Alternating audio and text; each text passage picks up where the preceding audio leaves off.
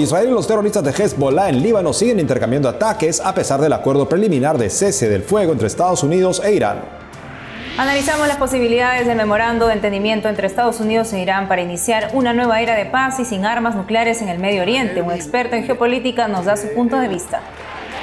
En Chile, el presidente José Antonio Kast cumple 100 días de gestión en medio de protestas por el reordenamiento económico. En una esperada visita cargada de significado pastoral, el Papa León XIV visita este fin de semana la ciudad italiana que custodia los restos de San Agustín. En el mes del Sagrado Corazón de Jesús, un sacerdote español explica el poder sanador del amor de Cristo para curar heridas, aprender a perdonar y alcanzar la verdadera paz.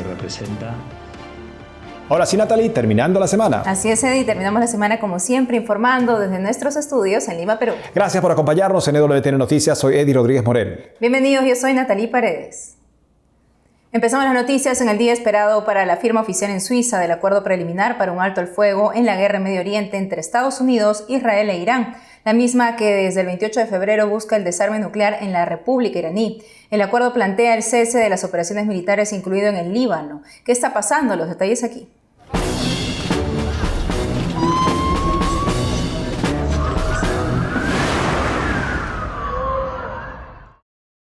Columnas de humo sobre el sur del Líbano este viernes por los ataques de Israel contra Hezbollah, a pesar del acuerdo inicial entre Estados Unidos e Irán, que incluye el cese del fuego en todos los frentes. Espero la paz, y si Dios quiere que este sea el final de esta guerra, y todos puedan volver a sus hogares, y Dios compensará las pérdidas. La situación no es estable e Israel está atacando, y el ejército nos está protegiendo. Nos dijeron que nos fuéramos. Al otro lado de la frontera, en Israel, varios residentes anhelan que Hezbollah deje de ser una amenaza. Apoyan los ataques israelíes, aunque el acuerdo exija lo contrario. La guerra comenzó con el Líbano porque Hezbollah nos estaba disparando. No habrá final de esta guerra, y en este punto nos resistiríamos incluso a la voluntad del presidente Trump. Estoy muy decepcionado por lo que pasó, porque es como que se está poniendo a Estados Unidos en primer lugar antes que Israel. En Irán hay escepticismo. No tenemos una buena experiencia con la negociación con Estados Unidos. Sabemos que esta vez también romperán su promesa. Si este acuerdo, como anunciaron los funcionarios y el líder supremo, también pone fin a la guerra en Gaza y en Líbano, es muy buen trato. Pero si siguen atacando a Gaza y Líbano, a pesar del acuerdo, creo que es injusto. Según Associated Press, debido al intercambio de ataques entre Israel y Hezbollah, se canceló la ceremonia oficial de la firma del memorando este viernes en Suiza, con lo cual iniciarían los 60 días de negociaciones entre Estados Unidos e Irán para implementar los acuerdos del memorando. Con la firma del memorándum de entendimiento comienza una nueva etapa, o es tal vez simplemente una etapa más en esta táctica de Irán de dilatar los tiempos para finalmente mantenerse en el poder y poder relanzar su ofensiva revolucionaria. ¿Qué podemos esperar? Para saber más al respecto estamos con Alberto Fernández. Él es un experto en geopolítica de Medio Oriente y nos habla desde Washington. Alberto, bienvenido al programa. Muchas gracias. Pues díganos, Alberto, ¿qué podemos esperar de este memorándum de entendimiento? Bueno, los primeros pasos son bastante claros, o sea, todo el asunto no es muy claro, pero los primeros pasos que es, vamos a ir un canje, ¿verdad? En el sentido que Irán puede exportar su petróleo desde el Golfo y también puede haber el libre navegación de buques de petróleo también de otros países por el estrecho de Hormuz. Ese es quizás el punto clave más temprano o más claro del acuerdo. Y claro, el cese al fuego que hemos visto en los últimos días, que es un cese un poco inestable, pero hoy día tenemos la noticia de un nuevo acuerdo, otro cese al fuego en el Líbano, que ha sido la parte más clave, la parte más caliente del asunto. Claro, los críticos del señor Trump dicen que Estados Unidos no atacó a Irán para lograr abrir el estrecho de Hormuz. Así es que según ese enfoque sería totalmente un fracaso. Él no ha logrado sus objetivos y este acuerdo no da ninguna garantía de que, en fin, la razón de la acción, la ofensiva militar estadounidense en Irán haya valido la pena. ¿Qué podría responder usted o decir usted? Bueno, claro, depende del punto de vista en donde uno está. Uno pudiera decir que Irán hoy es físicamente más débil, o sea, ha sido más destrozado, ha perdido mucho, no solamente en el campo de batalla, sino también en el ámbito económico. Ahora, pudiera obtener mucho Irán a través de este acuerdo, sí. Yo pienso que la respuesta más adecuada a esa crítica es que vamos a ver nosotros no hoy ni mañana, sino los próximos meses y en el próximo año, actualmente, el peso de lo que ocurrió. Actualmente Irán está más fuerte o más débil. ¿Qué va a ocurrir dentro del régimen y qué va a ocurrir regionalmente entre los varios países, los países árabes, Israel y todo eso? Hoy en día es fácil decir, bueno, fue un fracaso, fue un éxito, y estamos oyendo los dos, pero la realidad lo vamos a ver en los próximos meses. Bueno, es evidente que Irán apuesta a que el señor Trump, evidentemente en 47 años de régimen, es un caso anómalo de riesgo para la revolución islámica. Esperan que él pase, dilatan los tiempos, hacen promesas, se firman memorándums y finalmente el señor Trump, bueno, esperan que le vaya mal en las elecciones de renovación del Parlamento, del Congreso estadounidense ahora en noviembre, de manera que debilitado sea menos riesgo y finalmente ellos puedan reconfigurarse para la ofensiva militar. Eso parece ser la apuesta de ellos. ¿Hay algo que sabe el señor Trump que podría hacer que esa expectativa no se realice? Bueno, ese claramente es el plan de muchos de los que mandan en el régimen y es algo que hemos visto, como dijiste, muchas veces en casi 50 años del régimen. O sea, pegan, entonces cuando hay una respuesta, entonces se alejan un poco, esperan y continúan en la misma pauta. El gran incógnito es la naturaleza del régimen en el futuro.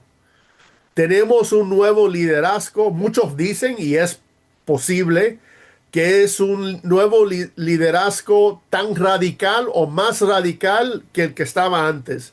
Pero eso es una opinión, no lo sabemos.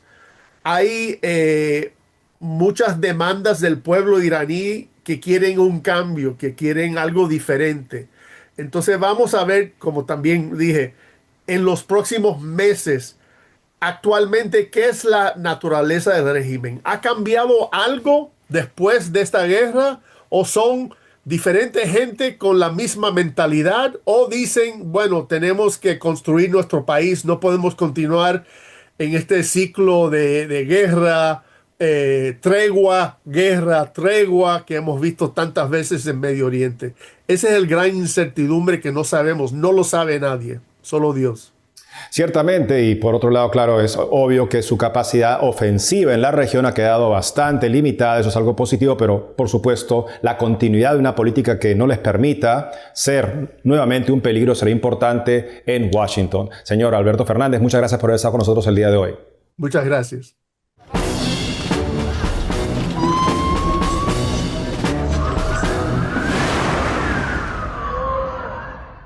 En Colombia, más de 41 millones de electores van a las urnas este domingo 21 de junio para elegir a su nuevo presidente entre dos propuestas totalmente diferentes. Por un lado, el izquierdista Iván Cepeda, aliado político del actual presidente Gustavo Petro, y por el otro, el conservador Abelardo de la Espriella, quien recibió el apoyo del presidente estadounidense Donald Trump. Cualquiera que quede en el poder tendrá que gobernar un país con importantes retos financieros, sociales y de seguridad, reporta Associated Press. Cepeda promete profundizar las políticas de Petro, incluida la llamada paz total, que intentó negociar con múltiples grupos armados ilegales, mientras el Espriella promete mano dura contra los grupos fuera de la ley, así como construir megacárceles al estilo de El Salvador con Nayib Bukele. En Chile, el presidente José Antonio Kast cumplió 100 días desde que llegó al Palacio de la Moneda. Tenemos un balance de su gestión. Profesores, organizaciones sociales y estudiantes marcharon el miércoles último contra el gobierno del presidente José Antonio Kast en contra del recorte del presupuesto educativo que afirman socava el acceso a la educación. El ajuste del gasto público es parte de las medidas del presidente Kast tomadas en sus primeros 100 días de gestión. A ello se suman el reordenamiento económico y el fortalecimiento de la seguridad fronteriza, según Gilberto Aranda, analista político y profesor de la Universidad de Chile. El tema de la seguridad ha sido administrado a través de símbolos como la zanja en el norte, incrementando las fuerzas de seguridad y orden en las zonas fronterizas, pero en cambio otras cuestiones que se comprometieron fueron francamente aparcadas, no tienen la urgencia que el tema de la reforma económica. Otras promesas de campaña en materia de inmigración y combate al crimen organizado aún enfrentan importantes desafíos para su implementación, anota el analista. Según el especialista, las medidas influyeron en la percepción sobre la gestión de Kast, que cayó del 47,5% al inicio de su gobierno en marzo al 31% en junio, reportado por la encuestadora Pulso Ciudadano. La situación ha sido difícil para el actual presidente. Creo que es un gobierno que está obviamente dirigido al empresariado y que todas las políticas presentadas van en favor de ellos. La promesa de campaña de convertir la inmigración ilegal en un delito penal, construir trincheras y barreras físicas en las fronteras y deportaciones masivas se toparon con obstáculos legales y administrativos. La cooperación intrarregional, que es crucial para la administración y gestión del ataque al crimen organizado, si bien hay una intención de poder reunirse, lo es con los países afines políticamente y no con otros países con intensa experiencia al respecto como Brasil y Colombia. El área donde el gobierno asegura haber registrado mayores avances es la económica, informa Associated Press. Su principal apuesta es el proyecto de Ley de Reconstrucción Nacional y Desarrollo Económico y Social, una iniciativa que contempla reformas fiscales, laborales y de vivienda que se debate en el Congreso. Y en Cuba, ante la escasez que afecta a la producción de hostias en ese país, la iglesia en Panamá envió 35.000 formas, mientras que desde Puerto Rico se remitieron otras 300.000 para apoyar la celebración de la Santa Eucaristía en la isla, reporta Así Prensa. Actualmente las hostias destinadas a toda Cuba son elaboradas en el monasterio de Santa Teresa y San José, sede de la comunidad de las Carmelitas Descalzas. Sin embargo, la falta de energía eléctrica constante ha dificultado su producción. A través de un comunicado, Monseñor José Ulloa, arzobispo de Panamá, dijo que este gesto de fraternidad busca garantizar el suministro de hostias, elemento esencial para la celebración del sacramento, fuente y culmen de la vida cristiana. Y nos vamos hasta el Vaticano, donde el Papa mañana tiene previsto salir de la ciudad-estado para visitar la ciudad que custodia los restos de San Agustín. Mañana, la pequeña ciudad de Pavía, cerca de Milán, en el norte de Italia, recibirá al Papa León XIV para una visita muy esperada, rica en significado pastoral y simbólico. Los restos de San Agustín reposan allí desde el año 723 después de Cristo, cuando fueron traídos por voluntad del rey lombardo Liutprando para evitar que cayesen en manos sarracenas. Se conservan en la Basílica de San Pietro in Ciel d'Oro. El Papa León XIV es, como él mismo dijo desde el primer día, un hijo de San Agustín. Algunos de los frailes presentes aquí, padres agustinos en nuestro convento, son amigos personales del padre Prevost. Todavía lo llaman así. Pero antes de dirigirse a la Basílica, el Papa visitará un centro nacional especializado en el tratamiento contra el cáncer. El Papa León hará una parada en un gran centro de tratamiento oncológico. Es el centro altamente especializado que ofrece terapias dirigidas contra el cáncer, en particular para tumores que afectan también a niños. El Papa está, por supuesto, interesado en encontrarse y mostrar cercanía a quienes se dedican a la atención sanitaria, también a través de la investigación científica, y a quienes reciben estos tratamientos, especialmente los niños y sus familias. El Papa León se dirigirá luego a la Basílica de San Pietro d'Oro, donde presidirá la liturgia de la palabra y después, naturalmente, venerará las reliquias de San Agustín. Deberíamos considerar esta basílica como la casa madre de todos aquellos que siguen la regla de San Agustín y por tanto viven la espiritualidad agustiniana. Por ello, este es el lugar donde vive Agustín, donde reposan sus huesos. A lo largo de los siglos, la Basílica de San Pietro in Ciel d'Oro, una obra maestra del arte gótico, se ha convertido en un importante destino de peregrinación, en gran parte debido a la presencia de los restos de San Agustín. Robert Francis Prevost ya ha rezado varias veces en la tumba de San Agustín. Su visita más reciente tuvo lugar hace 2 años. En 2024 tuvimos un año agustiniano para celebrar el 1300 aniversario de la presencia de San Agustín, y además ese año fue clausurado por el cardenal Robert Prevost, quien entonces era prefecto del dicasterio para los obispos y el mismo Agustino. El Papa se trasladará después a la Catedral de Pavía, donde recibirá un homenaje floral por parte de los niños y se encontrará con miembros de la comunidad sudamericana. El viaje concluirá con un emotivo traslado a Sant'Angelo Lodigiano, a 14 millas de Pavía.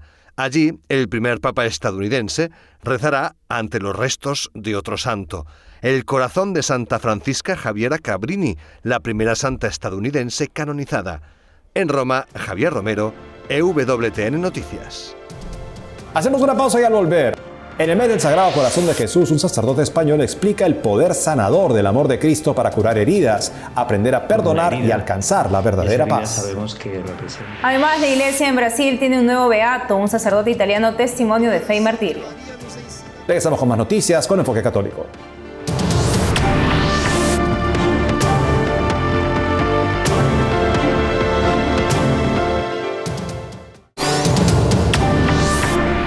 El Papa León XIV recibió el balón oficial de la Copa Mundial de Fútbol 2026 de manos de los embajadores de Estados Unidos, Brian Francis Birch II, México, Alberto Barranco Chavarría y Canadá, Joyce Napier. El balón llegó al Santo Padre durante la reciente audiencia general de este miércoles en la Plaza San Pedro. La pelota Adidas Trionda está compuesta por 4 paneles en forma de ondas tricolor para mostrar detalles de los 3 países anfitriones, la hoja de arce de Canadá, el águila de México y las estrellas de Estados Unidos. Tiene además un chip inteligente que ayuda al VAR, como por ejemplo a verificar si se convierte un gol o si el balón sale del campo de juego. La embajada canadiense ante la Santa Sede indicó en su cuenta de X un balón de fútbol para el Papa, uniendo a las personas a través de fronteras, culturas y comunidades. En este mes del Sagrado Corazón de Jesús queremos profundizar en el mensaje de amor, misericordia y reconciliación que nos ofrece el corazón de Cristo ante heridas, conflictos y divisiones. Estamos conectados con el Padre José María Alsina, director del Instituto del Corazón de Cristo de Toledo, en España. Padre José María Alsina, un gusto tenerlo con nosotros en EWTN Noticias. Muy buenas tardes a todos. Padre Alsina, ¿qué nos enseña la espiritualidad del Sagrado Corazón de Jesús sobre la sanación de las heridas personales? El corazón de Jesús se nos representa siempre con una herida, y esa herida sabemos que representa el amor que al Señor le ha costado la entrega de la vida. Jesús ha dejado herirse en su corazón para curar nuestras heridas, porque cuando nosotros nos acercamos con nuestras heridas, es decir, con nuestros pecados, con nuestras miserias y con las consecuencias del pecado a su herida, entonces somos curados, ¿no? Como dice la Escritura, tus heridas nos han curado. Pues si las heridas de Cristo nos curan, de una manera muy particular esa herida, es decir, ese amor vulnerable a nuestro amor herido, nos cura de nuestras heridas. ¿Y por qué es tan importante el perdón, Padre, en el proceso de reconciliación? ¿Cómo vivirlo en la vida diaria? Hace muy pocos días hemos recibido la visita del Santo Padre a España y precisamente uno de los momentos más impactantes de esta visita lo pude presenciar en directo en el estadio de Montjuic en Barcelona, donde una joven que había tenido la triste experiencia de ver cómo su padre intentaba matar a su madre y luego pues la persona que se puso en medio fue asesinada por el padre, y preguntaba al Santo Padre cómo perdonar, y el Papa precisamente decía que el perdón es un don de Dios y el perdón requiere todo un proceso. Bien, ¿cómo se realiza ese proceso? Pues ese proceso se realiza en primer lugar desde nuestra unión con Dios, con Cristo, que es el que nos da la capacidad de perdonar, y en segundo lugar con un trabajo personal muy profundo, ¿no? En el que tenemos que aceptar que muchas veces nos cueste, que humanamente sea imposible, y también dejándonos ayudar por otras personas que nos ayuden a ver la realidad con una mirada grande, ¿no? El lema de esta visita al Papa, como habrán escuchado, es alzar la mirada. Si no levantamos la mirada ante problemas tan serios, ¿no?, como puede ser el que nos hayan ofendido de una manera muy fuerte en la vida, si no la levantamos al Señor, no seremos capaces de bajarla pues a estas realidades que tantos nos afectan, como puede ser la del perdón. Y otra de las realidades que también vivimos, Padre, son los temas de división y conflictos a nivel global. ¿Qué nos enseña Jesús para la sanación en estos tiempos? Y la paz es, como dice San Agustín, la tranquilidad en el orden. Y solamente podemos adquirir ese orden cuando estamos reconciliados con el Señor. El Papa precisamente también, el Papa León, en una de las visitas que ha hecho a una cárcel en Brians, en Sant Feliu de Llobregat, en la provincia de Barcelona, les decía a los presos, ¿no? Cómo somos capaces de entrar en la paz con nosotros mismos cuando nos reconciliamos con Dios y con nosotros mismos, ¿no? Por eso, para que este mundo pueda encontrar la paz, tenemos que reconciliarnos en primer lugar con el Señor para luego ser capaces de reconciliarnos entre nosotros. Por eso, hoy más que nunca, no es necesario ese mensaje de la reconciliación que brota del corazón abierto de Jesús para que podamos encontrar esa paz interior en primer lugar en cada uno de nosotros y desde la paz personal podamos encontrar la paz social. Padre Alsina, ¿y qué mensaje deja a las personas en este mes del Sagrado Corazón de Jesús? Pues en este hilo de lo que hemos estado hablando, me gustaría recoger una frase del Papa, precisamente León, ¿no? Hablando de la unidad, ¿eh? Él decía en la homilía de la Misa de Ordenaciones del 27 de junio de 2025, se dirigía a los sacerdotes, pero vale para todos los fieles, reconciliados, unidos y transformados por el amor que brota abundantemente del corazón de Cristo, caminemos juntos tras sus huellas, humildes y decididos, firmes en la fe y abiertos a todos en la caridad. Llevemos al mundo la paz del resucitado con esa libertad que brota de sabernos amados, elegidos y enviados por el Padre. Nos quedamos entonces con este mensaje del Santo Padre y también con todo lo que usted nos ha mencionado sobre el Sagrado Corazón de Jesús y la sanación de las heridas a través de esta espiritualidad tan maravillosa. Padre José María Alsina, gracias por la entrevista. Muchas gracias a ustedes. Buenas tardes. La Iglesia en Brasil tiene un nuevo beato. El sacerdote italiano Nazareno Lanciotti fue beatificado el 13 de junio en Jauru, una pequeña ciudad del estado de Mato Grosso, en el centro oeste brasileño, cerca de la frontera con Bolivia. Nuestra corresponsal Natalia Queiroz nos muestra cómo una comunidad que convivió durante décadas con este misionero celebró el reconocimiento de su testimonio de fe y martirio. Neste momento da história humana, Jauru tiene poco más de 8.000 habitantes. Sin embargo, para la beatificación del padre Nazareno Lanciotti, llegaron peregrinos de distintas partes de Brasil, en un número que superó la población de la ciudad. Para muchos de los presentes, el nuevo beato no es una figura distante. Es el sacerdote que conocieron personalmente, que bautizó a sus hijos, celebró sus matrimonios y acompañó a sus familias durante más de 30 años. Tengo muchos recuerdos de él. Como nací aquí, viví con él hasta el día de su muerte. Aún así visitaba mi casa. Era parte de mi vida diaria, una persona maravillosa. Por eso tengo muchos recuerdos muy bonitos de él y esta fecha me trae recuerdos nostálgicos. Entre los participantes también estaban numerosos obispos de Mato Grosso que convivieron con él y fueron testigos de su trabajo misionero. Algunos padres, entre los cuales el padre Nazareno. Cuando llegué a esta región encontré en el padre Nazareno un sacerdote que animaba y fortalecía a quienes trabajaban con él. Fue un ejemplo de amistad, de espiritualidad y de entrega. Estoy feliz de haber compartido parte de mi ministerio con quien considero un gran santo. Un ejemplo. Cuando llegó desde Italia en 1971, Jauru era una región de misión con enormes desafíos pastorales. Con el paso de los años, el padre Nazareno fundó la parroquia Nuestra Señora del Pilar, creó 57 comunidades rurales, abrió una escuela, una residencia para ancianos, un dispensario médico y un seminario para la formación de futuros sacerdotes. Pero quienes convivieron con él recuerdan especialmente otra obra, la transformación espiritual de la región. Promovió la adoración eucarística, la confesión frecuente y una intensa devoción al Inmaculado Corazón de María. Diante da consagração que ele vivia. Toda la vida del padre Nazareno fue una respuesta a su consagración al Inmaculado Corazón de María. Nos muestra que el corazón inmaculado es un camino seguro que nos conduce a la santidad y nos lleva al cielo. Que nos faz santo, que nos leva para o céu. Jauru tuvo durante 30 años la presencia del padre Nazareno como un pastor que dio la vida por sus ovejas. Cuidó de este pueblo, de las comunidades rurales, de los niños, de los jóvenes y de los ancianos. Finalmente entregó su vida en el martirio, dando testimonio de la fe. Además de su trabajo pastoral, el padre Nazareno defendió a los más pobres y denunció diversas formas de injusticia. También enfrentó intereses vinculados al narcotráfico y a la explotación sexual en la región. El 11 de febrero de 2001, 2 hombres armados ingresaron en la casa parroquial y le dispararon mientras cenaba con colaboradores. Tras varios días hospitalizado, murió el 22 de febrero a los 61 años. Antes de fallecer, perdonó a sus agresores. Fue un defensor de los pobres. Tuvo que enfrentarse a quienes querían quitarles la tierra a otros, pero lo hizo desde su fe, desde su amor a la Virgen María, a la Eucaristía y a la misión que Dios le había confiado. El reconocimiento de su martirio por parte de la Iglesia permitió que avanzara la causa de beatificación. Para la diócesis de San Luis de Cáceres, a la que pertenece Jaurú, este acontecimiento representa una alegría, pero también un compromiso de mantener vivo su legado.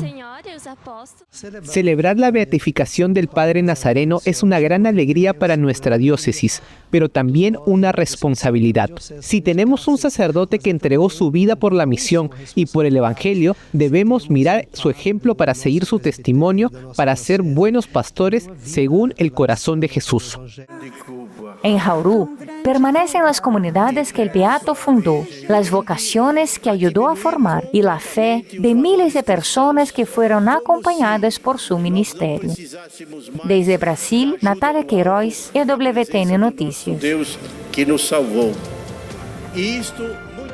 Hemos llegado al final del programa. Amigos, gracias por habernos acompañado durante esta semana. Saben que pueden seguirnos en las redes sociales, también de lunes a viernes a las 12 del mediodía, hora de Miami, en Radio Católica Mundial y su programa Más que Noticias con un servidor. Hasta entonces.